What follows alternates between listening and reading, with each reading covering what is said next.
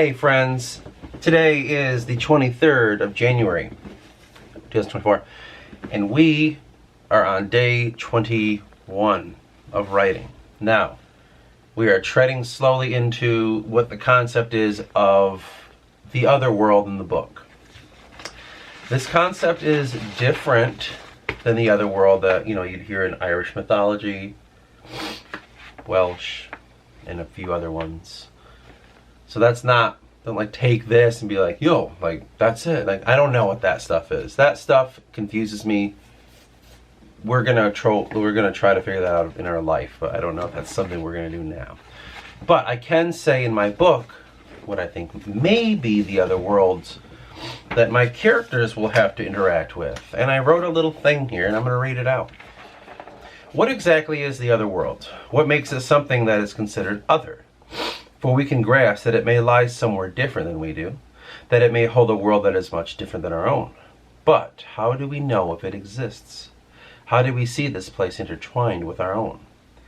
If not a place that is achievable upon death, then what is it? What is this place that we are woven with? And is it just two places, or rather, is it three? Okay, keep that in mind. That's going to be directly connected to my exploration of the Fae people, because as of the place that I sit in my story, remember how I told you about the story about the Fae people, and I had to do some research? Well, I did some preliminary writing. Oh yeah, some preliminary sketches of the idea through stream of consciousness. Now, I've been kind of pulling slightly from real life Irish literature and mythologies and stuff, but I'm not weighing heavy on that shit. You know what I mean? There's for me, it's I'm not trying to sit here and copy directly. I'm trying to redefine it to what it makes sense to me, because it's my story. Do you know what I mean? I don't know how this all is connected. I don't know how this all works. And I honestly believe that this is the way you invoke things correctly. Is you have a certain terminal here, but you can't just plug this plug in that only works in this guy's plug. Do you know what I mean? You have to find to plug into yourself. So you have to shape things. That's why mythology is so loose. You know what I mean?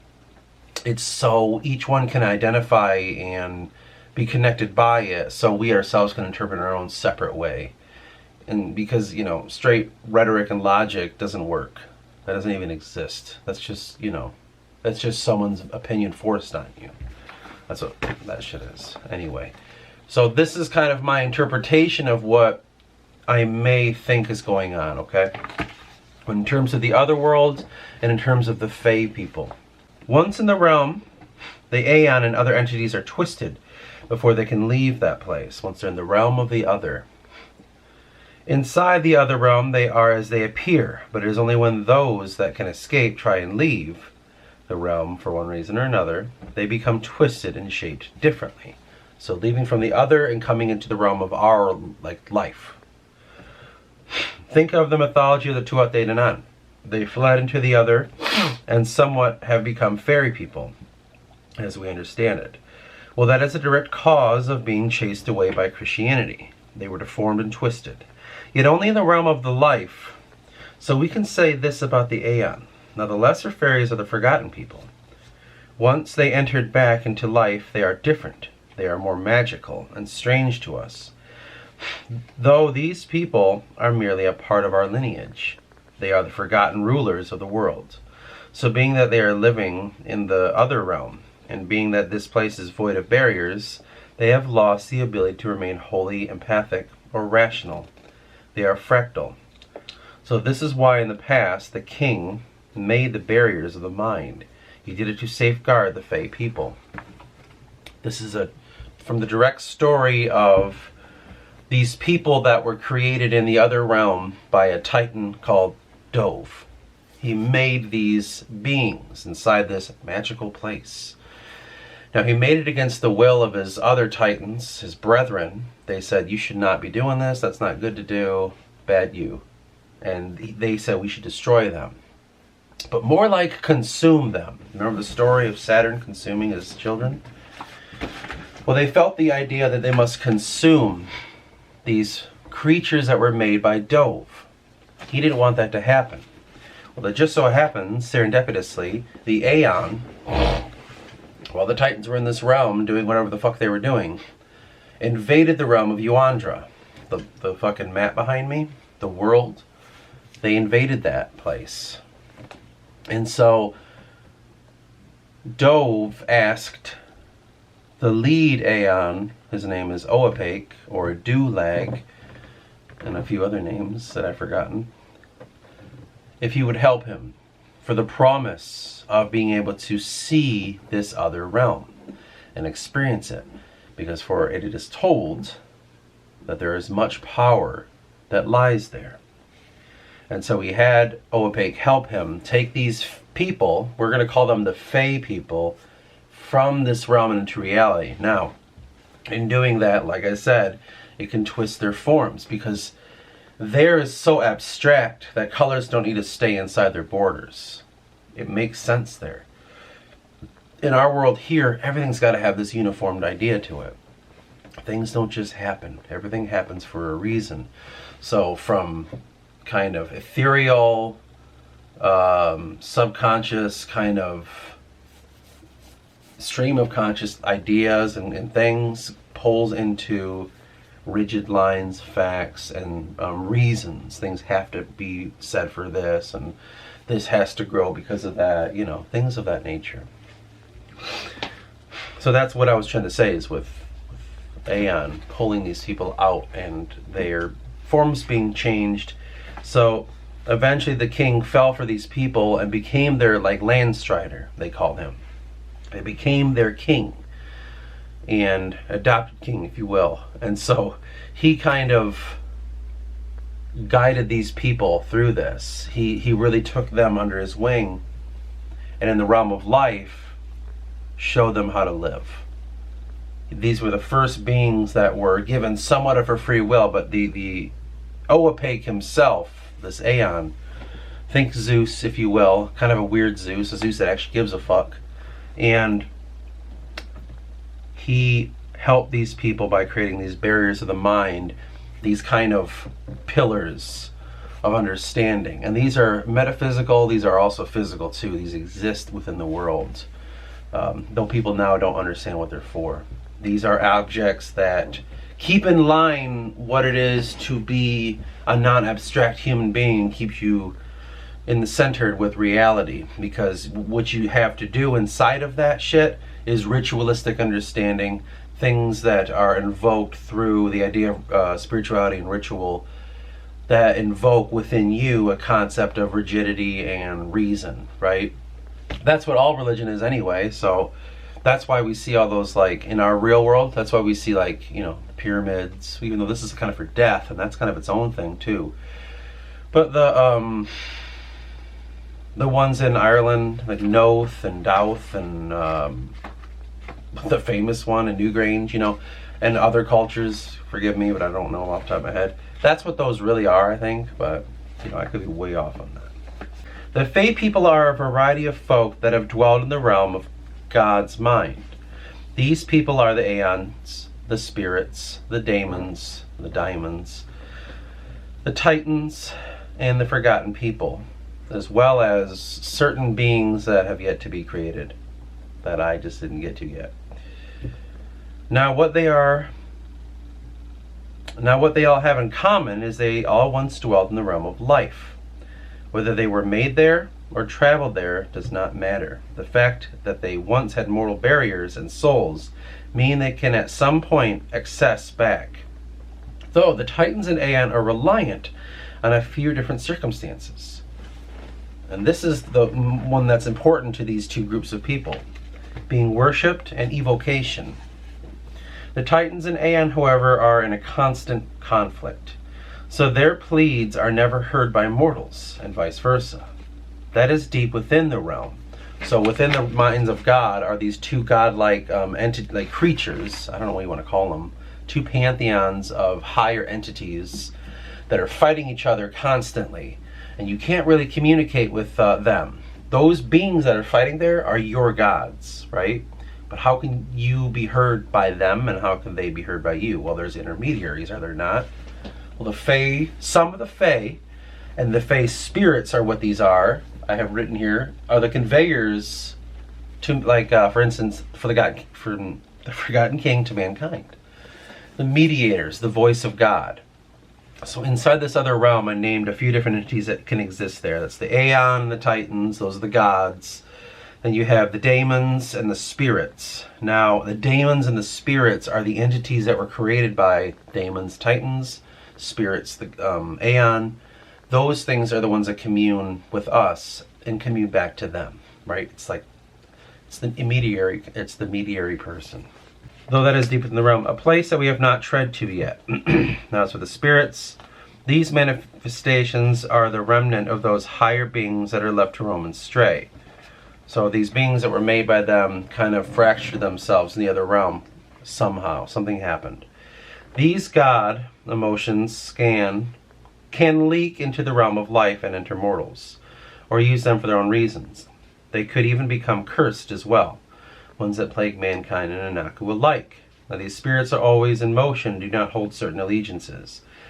They are only ever concerned of their own will. So the spirits that were made by the Aeon to commune with the people, something happened that these spirits have become, like, they kind of went rogue. And so we don't really know why. Well, I do. But the reader eventually will find out why that happened. Like, I made these beings to talk to you. I'm God. I made these creatures to talk to you. Well, they're not doing it anymore. Why is that? Somebody did something bad. Basically. How they act upon the mortals is through them, or when they manifest into beings all their own. To make it clear, the spirits are emotions from Aeon. The tools that are only ever used in the realm of life. Emotions are. Now these emotions, once entered to the realm of the other, have their own agendas and plans when they are not trapped by the gods. For they no longer need to cloak those beings, and finally they can be free to explore that place themselves. Though there have been times where they have entered the realm of life. Now they have been confused as gods themselves too. Some have called them gods. At times they can seem that way, preying on mortals or even tasking them with quests. So my understanding is this other place is, I'm just calling it the mind of God. I'm calling it that because that's where creation exists and things are ethereal. It's the place where I once called it God's toolbox. It's just things are designed for his understanding, but when you yourself go there, you have no concept of it, and it can drive you mad. It can drive you insane because you don't understand what it's for. Now these gods, Titans and Aeons, are gods, yes, but they're not the creator. They are not the highest of the high. So they themselves in the realm are being driven mad slowly, though they are able to withstand it much longer. Now they're constantly fighting, and they made their little beings to act upon the world, but sometimes those beings, not every time, sometimes they go rogue and they have their own agendas. And I just have the branch term of spirits and daemons, or diamonds. That's the idea that these Fae, in a sense, this group of Fae people, generally obey the Titans and Aeons, but there are times, because of something that happened, that they might do something rogue, you know? A Fae person might come from the other worlds and play a trick on you. A Fae person might come from the other world and ask of you to do something for them. They might visit you in your dream and lie to you that they are a god, so that you will do whatever, I don't know, whatever they want you to do. Like, I want you to go and blah, blah, blah, and do this, or do that.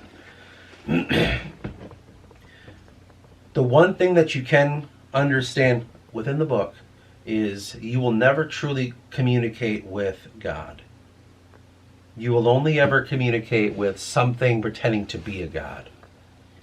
It's just how that works. So, for instance, when you read book 1, and you know that Eris is about, he like kind of communicates with a god or something of that nature. At least it feels that way. You know that that might not be what's really going on. He's being tricked by something or someone. It doesn't necessarily mean it's for like evil's intent. You know what I mean? It's not like every being that communicates with you has got some evil intent. Sometimes they don't. Sometimes they truly want to help you, and we've always confused that with the guardian angel. Well, sometimes that can be a thing too, that they're looking out for you and they're trying to get you to do X, Y, and Z. That's what I feel a lot in my life, for instance. Like, a lot of the things that every time I'm kind of leading myself astray, something always kind of brings me back and forces me back. Sometimes violently, you know, by destroying shit around me, or other times like nicely and calm, which is the one I like. That's my idea of how these beings kind of come and go in these realms. Now, I think it's the Christianized stuff that we put words like angels on there, guardian angels, heaven and hell. I don't know, man. I don't know if I believe in any of that stuff anymore. It's just, this may sound like nuts, but anything sounds nuts when I talk. I kind of feel like what I'm writing here might be me kind of peeking into the veil, if you will. And all I'm bringing back is the way I interpret it. I didn't grow up Catholic or Christian. I didn't grow up with, I think I've only been to church a couple times in my life. And neither one I wanted to go on purpose. I was kind of forced. Well, I lived in a trailer park, and this bus would drive around, this Baptist bus, and they would just, I'm going to be honest, they just abducted us and took us to this church. And that's what happened for me. I just was taken to a church on this bus that I didn't want to go, but they said, you have to, this is good for you. And that was my only experience with church.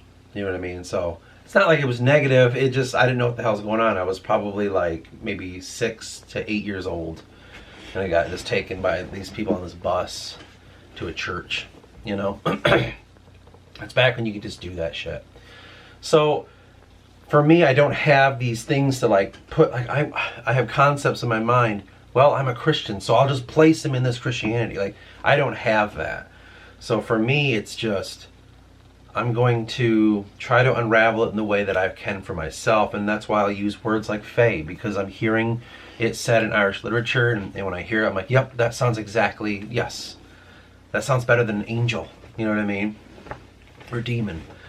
And like I hear ideas of the other world, and it clicks, man. It just makes more sense to me. Irish literature kind of does. And probably other Indo-European shit, or Proto-Indo-European shit too, but I've not really delved that deep quite yet. But in my understanding, this is generally how this would work, and so all I'm doing is taking all this and just putting it into the book. Because how else can I make it work, you know? My biggest thing was always like, how can I make this believable? Because I always have a problem with like MacGuffins. I fucking hate them. You know what I mean? I don't like the idea of like, we'll just have this thing and then this is how we'll get out of this. You know what I mean? Just that simple tool, like the writer's tool. You need to be here because of reasons. It doesn't matter why you're here. I can't do that. So for me, it's always been an exploration of like, how exactly are we getting to these points? Who is everybody? And what is everybody's ambition? And the more I'm doing this, not only is it growing my empathy, but it's also growing my understanding of how generally the world works in a sense of types of minds that people have within their consciousness. And everybody has their own agenda, and everybody has their own thing that they need to do. And so we all have our own mindset that got us there based upon our fucking traumas and tribulations, trials, based on some of the chemicals that we have within us that have been activated in certain ways, because we can control that. And then all of that shit creates, through environment, who we are. So it's just kind of shit like that. You know? From gods down to just the peons, the animal life and stuff. Everything has a fucking purpose in the book. So for me, all this thought exploration and actually kind of enhances the way I see my own world. So the interesting thing is, like, I'm going into a fake world that I made up and coming out with it a way that I can interpret the world that I live in, right? To me, that's the basis of mythology. A sense of mythology, at least, is to help understand how you fit in this world. And so for me, because of most of the stories that meant something fucking deep were destroyed by Christianity, and subsequently the Romans before that, and oh, God knows what else, sometimes infighting of our own, I don't have these stories to help me. You know, most of my culture was kind of wiped away, and we have like remnants of it. It's there. Irish mythology's there. Medieval, you know, sometimes not many things past the, you know, the AD, BC transition, and modern. But I just like, I'm like, dude, I gotta find the story that's gonna help me.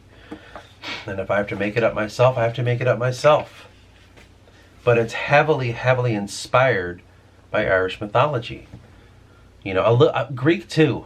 You know, there's Greek mythology, but because that's all I thought there was, I was so ignorant. I'm like, oh, there's only Greek mythology.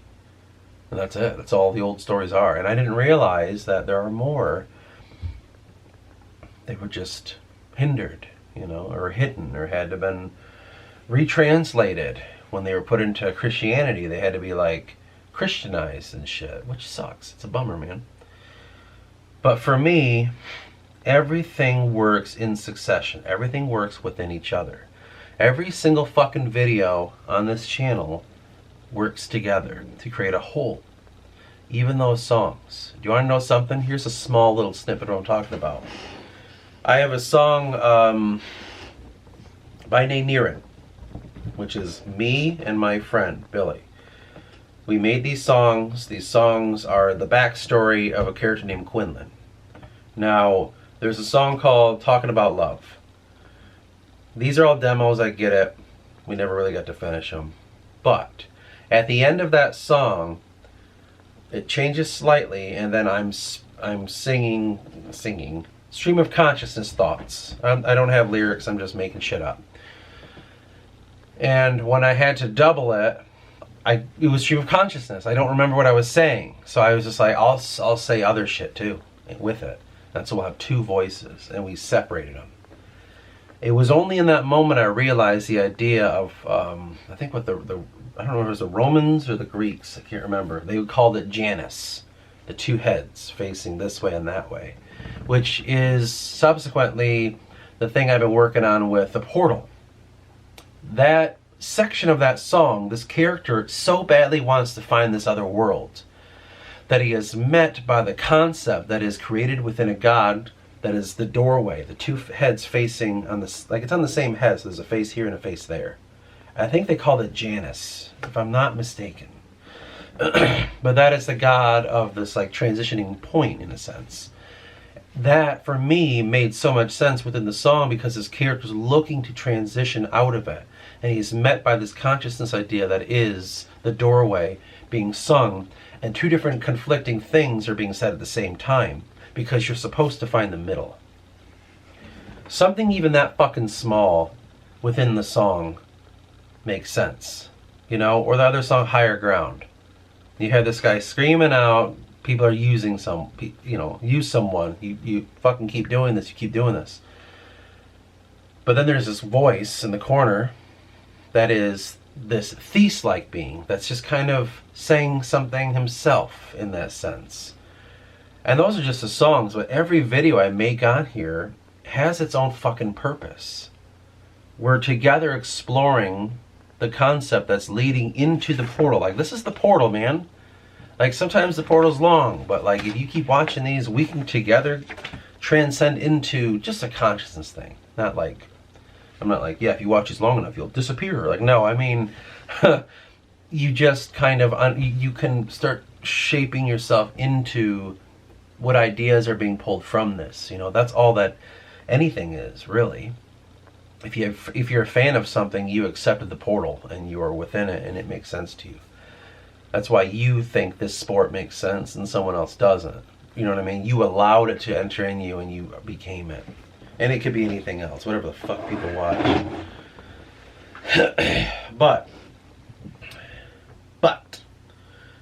I think from that point we will continue to tread into this. But just keep in mind that if you're walking in here too, to tread carefully, you know, to make sure you question things for yourself. Because for me, once we start getting to the point where I start sharing the book a little bit, like, deeply, you know, tell you about the stories, I think you'll start realizing you have your own opinion about it as well. Once you're allowed in, when you allow yourself in. I'm not a gatekeeper to this. I just mean, if you feel like you want to join in on this book, you can. You just got to make some comments. Now, that's that. We will have to do some writing. I don't know what I'm going to write today. I'm going to be honest. I don't know. But we're going to give it a shot. I think maybe I'll try to write the Nakum story. We'll see what I can come up with. I don't know, though. Had this to say: in pagan Ireland, every district of importance tended to have its own seath, or hill within which the Otherworld was believed to be located. Now, his quote there really points out that every region, every locality, every tuath, a territorial unit in Irish law, in medieval Irish law, each territorial unit would have had its own Neolithic tumuli, fairy mound, a seath, that the locals believed gave access to the Otherworld. That's the thing I was telling you about when it comes to these pillars, these barriers of understanding that help create this conscious idea that keeps you grounded in reality. That's what he was just talking about, I think. Anyway, I'll see you in the next one.